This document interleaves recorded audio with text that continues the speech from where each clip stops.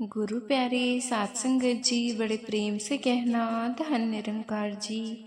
सात संगत जी दासी आप सभी के बीच एक छोटी सी विचार लेकर आई है। सात संगत आशा है प्रवान करेंगे।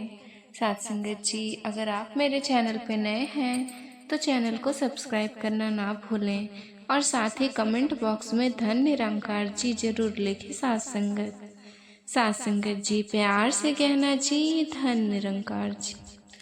सात संगत जी बहुत समय पहले की बात है। सात संगत गांव के कोने पर एक पुराना बरगद का पेड़ था। सात संगत उसी पेड़ की छांव में चबूतरे पर बैठा था सात संगत जी। सात संगत जी सौरभ 22 साल का एक सीधा साधा लड़का सात संगत जो आजकल हर सुबह यही बैठा करता था। सात संगत ना किसी से बात करता था न कहीं जाता, बस चुपचाप अपनी उंगलियों से जमीन पर कुछ रेखाएं बनाता सात संगत और फिर मिटा देता सात संगत। सौरभ पढ़ा लिखा था लेकिन बेरोजगार नौकरी के लिए शहर गया था सात संगत, पर हर जगह से खाली हाथ लौटा सात संगत। जो सपने के लिए गया था उन्हें अब खुद से भी छिपाने लगा था सात संगत। गांव के लोगों ने कहना शुरू कर दिया था, अरे ये तो निकम्मा हो गया। सात संगत ना शहर में कुछ कर पाया ना गांव में कुछ करता है। इसके जैसे बहुत देखे हैं, बस बैठते हैं सोचते हैं और जिंदगी निकल जाती है सात संगत। लेकिन कोई नहीं जानता था कि सौरभ सोचता नहीं था, वो भीतर से जल रहा था सात संगत। सात संगत सूरज ऊंचाई पर चढ़ चुका था। गर्मी तेज थी लेकिन बरगद की छांव में एक अजीब सी ठंडक थी सात संगत। सौरभ ने आंखें बंद की हुई थी सात संगत। दिल में एक ही सवाल घूम रहा था, क्या मैं वाकई किसी काम का नहीं हूँ? तभी अचानक किसी की भारी आवाज सुनाई दी, अरे भैया यहाँ अकेले क्या कर रहे हो? सौरभ ने आंखें खोली। सामने से एक 60 साल का किसान सिर पर गमछा बांधे हाथ में हल पकड़े खड़ा था सात संगत जी। उसके साथ 2 बैल भी थे। किसान मुस्कुराया, सात संगत चलो खेत तक मेरे साथ चलो, थोड़ा हाथ बटा देना, हल चलाना है सात संगत, तुम्हारा मन भी बहल जाएगा। सौरभ ने कुछ नहीं सोचा, शायद पहली बार किसी ने बिना पूछे बिना जज किए उसे बुलाया था सात संगत। वो उठ खड़ा हुआ और किसान के साथ खेत की ओर चल पड़ा सात संगत। खेत तक पहुँचते पहुँचते सौरभ की चप्पल में मिट्टी भर चुकी थी। पसीना बह रहा था लेकिन चेहरे पर हल्की सी राहत भी थी सात संगत।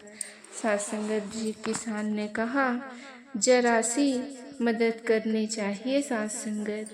सात संगत जी हल को सीधा पकड़ना, मैं बैलों को हाँकता हूँ। सौरभ ने सिर हिलाया और काम में लग गया सात संगत। मिट्टी भारी थी लेकिन कुछ अजीब सा सुकून था सात संगत जी। उस थकान में करीब 1 घंटा गुजर गया। किसान ने काम रोका और एक पेड़ की छांव में बैठ गया। दोनों वहीं बैठ गए सात संगत। किसान ने अपने थैले से गुड़ और पानी निकाला सात संगत। सात संगत जी सोहन को दिया। सोहन चुप था। किसान ने गौर से देखा, फिर धीरे से पूछा, बेटा तू थोड़ा टूटे हुए जैसा लगता है, सब ठीक है? सौरभ की आंखें भर आई लेकिन उसने संभाल लिया। धीरे से बोला, कुछ नहीं सात संगत जी, कुछ समझ नहीं आता। सात संगत चाचा कुछ अच्छा नहीं लगता, ऐसा लगता कि अंदर से बेचैन हूँ। कभी सोचता हूँ गांव छोड़ दूँ, कभी सोचता हूँ सब छोड़ दूँ। किसान ने गहरी सांस ली, फिर जमीन से थोड़ी मिट्टी उठाई और हाथ में मसलते हुए बोला, देख बेटा, बीज एक बार बोया जाता है, लेकिन अगर तू सोच ले कि अब फसल अपने आप उग जाएगी तो वह सब ख्वाब में है सात संगत।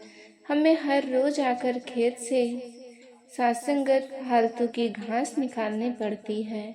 पानी देना पड़ता है, धूप सर्दी सहनी पड़ती है, तभी जाकर कुछ उगता है।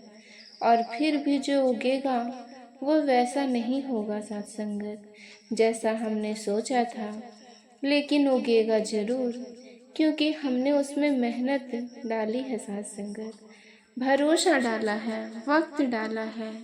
साथ संगत सौरभ चुपचाप सुनता रहा। किसान ने उसकी ओर देखा और कहा, तू बीज बो चुका है बेटा, अब हर दिन उसे पानी दे। हिम्मत से मत सोच कि अब साथ संगत जी फल कब आएगा। बस इतना सोच कि हर दिन कुछ न कुछ सींच रहा है। तू अभी थका नहीं है साथ संगत, तू बस रास्ता भूल गया है।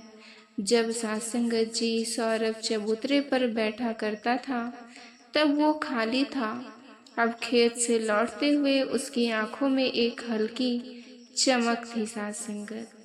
पहली बार उसे लगा जैसे किसी ने उसका मन पढ़ लिया हो।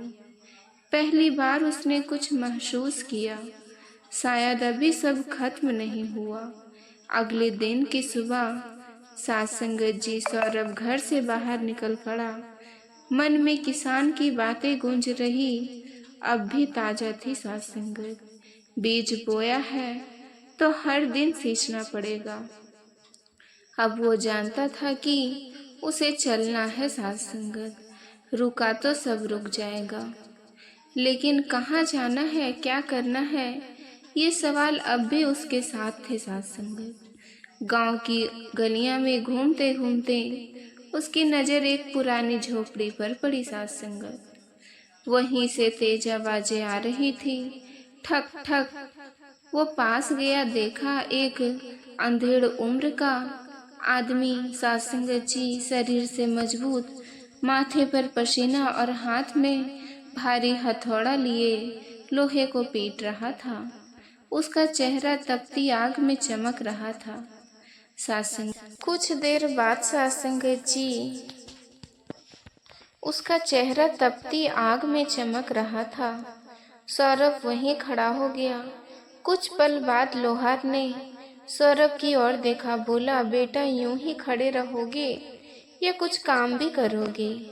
साथ संगत जी सौरभ थोड़ा सा पकाया। साथ संगत, चाचा कुछ काम मिलेगा क्या? बस कुछ सीखना है, कुछ करना है, कुछ भी चलेगा।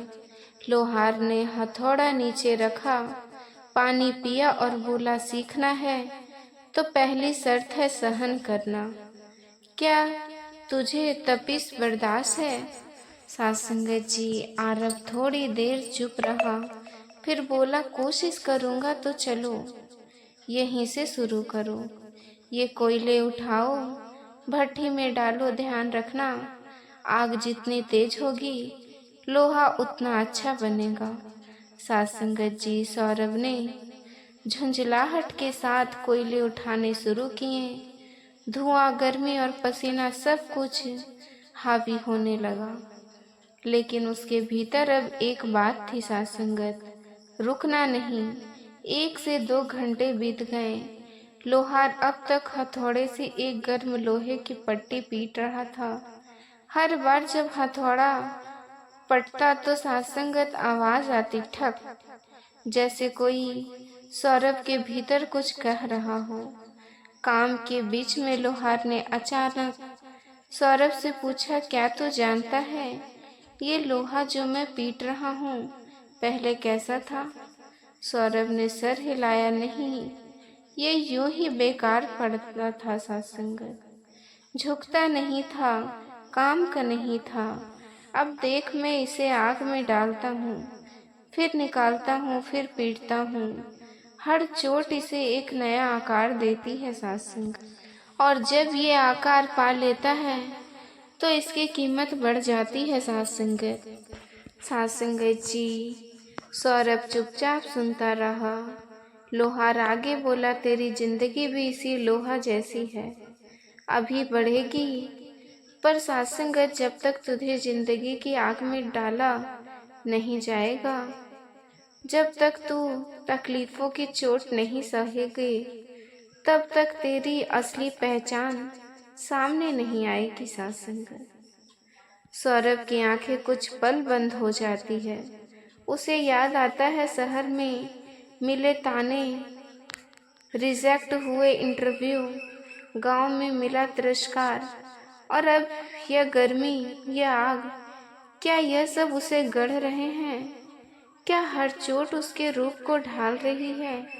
लोहार ने हथौड़ा नीचे रखा और बोला, बेटा, लोहा कभी खुद नहीं कहता कि मुझे आकर दो।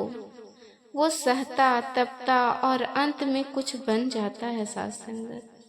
तू बस यही कर, तकलीफें आएगी, चोटें लगेगी, लेकिन साथ संगत हार मत मान।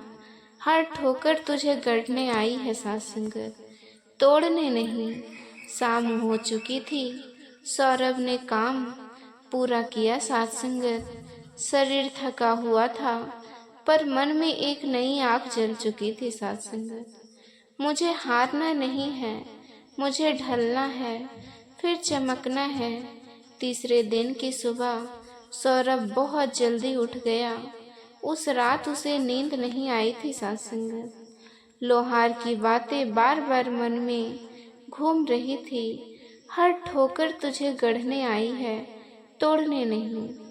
अब वो समझ गया था कि उसे टूटना नहीं है, लेकिन साथ संगत अब भी कुछ था जो भीतर बेचैन कर रहा था।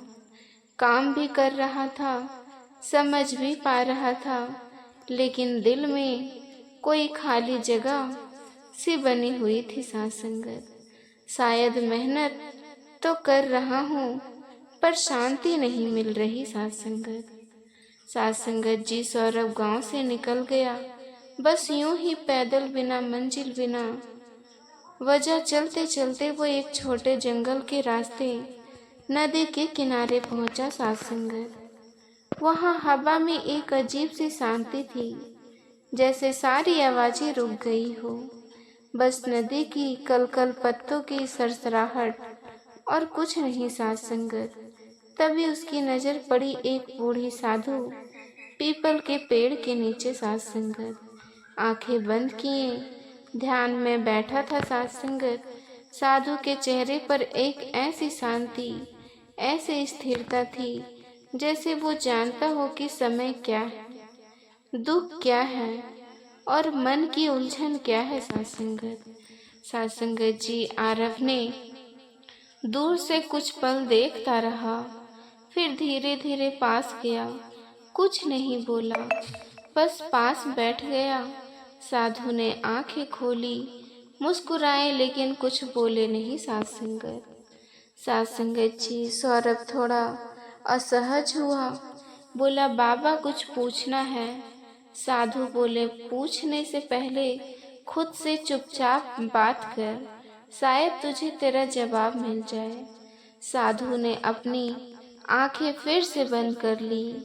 सौरभ थोड़ी देर असहज रहा, लेकिन फिर उसने भी आंखें बंद की। कुछ ही पलों में वो फिर से शहर के रिजेक्ट हुए इंटरव्यू में चला गया। फिर गांव की चुप्पी, किसान की मिट्टी, लोहार की आग, फिर अचानक एक सन्नाटा मन जैसे खुद ही खुद से बात करने लगा। तू क्यों परेशान है? क्यों डरता है?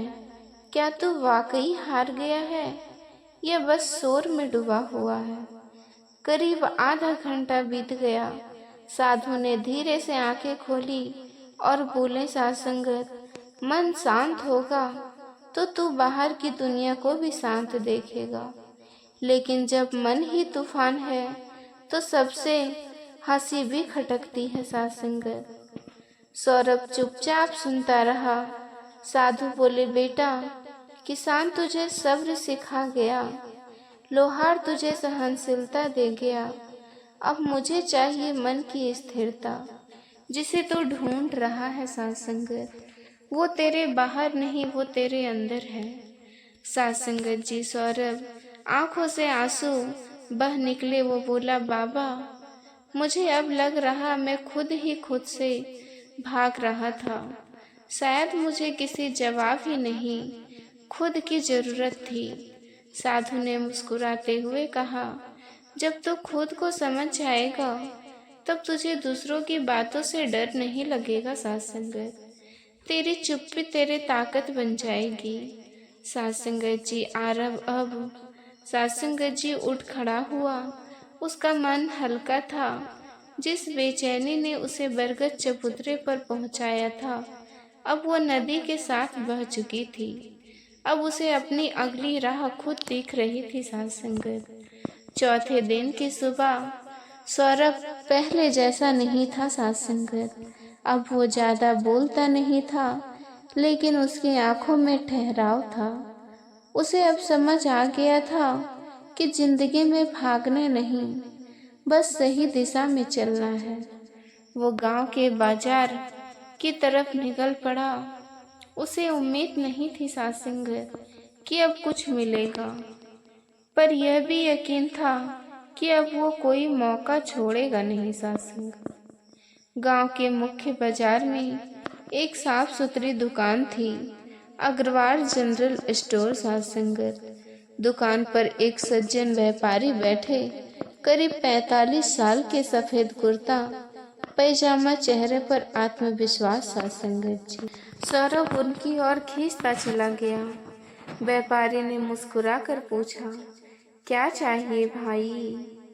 सौरभ कुछ नहीं बोला, बस हल्की मुस्कान के साथ बोला, काम चाहिए, कुछ भी सीखने को मिल जाए। व्यापारी ने ध्यान से देखा और बोले, तू नया नहीं है, तू भीतर से बदला हुआ लगता है। कहाँ कहाँ से गुजरे हो? सौरभ ने किसान, लोहार और साधु से अपनी मुलाकात का संक्षेप जिक्र किया। व्यापारी थोड़ी देर चुप रहे, फिर बोले, देख बेटा, व्यापारी बोले, जो तू अब तक सीख चुका है वही असली पूंजी है। किसी भी काम में सफल होने के लिए चाहिए 4 चीजें: सब्र, मेहनत, मन की शांति और आखिर में सोच। सोच तय करती है कि तेरी मेहनत किस दिशा में जाएगी। अगर सोच साफ है तो मंजिल दूर नहीं। साथ संगत दिल और दिमाग को एक साथ काम में लगाओ, तभी असली सफलता मिलती है। साथ संगत अब सब कुछ जुड़ चुका था। किसान ने जड़ें दी, साथ संगत लोहार ने सहनशीलता दी, साधु ने स्थिरता दी और व्यापारी ने दिशा दिया। साथ संगत सौरभ ने झुककर व्यापारी को प्रणाम किया और बोला, अब समझ आ गया। साथ संगत किस्मत बदलने के लिए बाहर नहीं अंदर बदलना पड़ता है। कुछ महीने बाद वही सौरभ गांव में एक छोटी सी दुकान चलाता था। काम भले छोटा था लेकिन उसका तरीका बड़ा है। साथ संगत लोग उसे सलाह लेने आते और वो हर किसी को एक ही बात सिखाता, किस्मत वहाँ बदलती है जहाँ सोच बदलती है। साथ संगत जिंदगी में रास्ते कभी सामने से नहीं आते, लेकिन जो थक कर रुकते नहीं साथ संगत, उन्हें हर मोड़ पर एक सीख मिलती है। साथ संगत जी सौरभ की तरह साथ संगत अगर हम भी साथ संगत जी हर परेशानी को सीख की तरह अपनाए तो किस्मत खुद रास्ता बना देती है। साथ संगत जी सौरभ को किसान ने सब सिखाया, लोहार ने सहन शक्ति दी, साधु ने मन की शांति दिखाई और व्यापारी ने सोच की दिशा समझाई। याद रखें, किस्मत वहाँ बदलती है साथ संगत जहाँ सोच बदलती है। साथ संगत जी अगर ये विचार आपके दिल को छू गई हो तो इसे दूसरों तक शेयर जरूर कीजिएगा और चैनल को सब्सक्राइब जरूर कीजिएगा। साथ संगत जी ऐसी कहानियाँ जो जिंदगी की सच्चाई बताए, साथ संगत सोच को बदले और दिल को छू जाए। साथ संगत जी बड़े प्यार से कहना, धन्य निरंकार जी।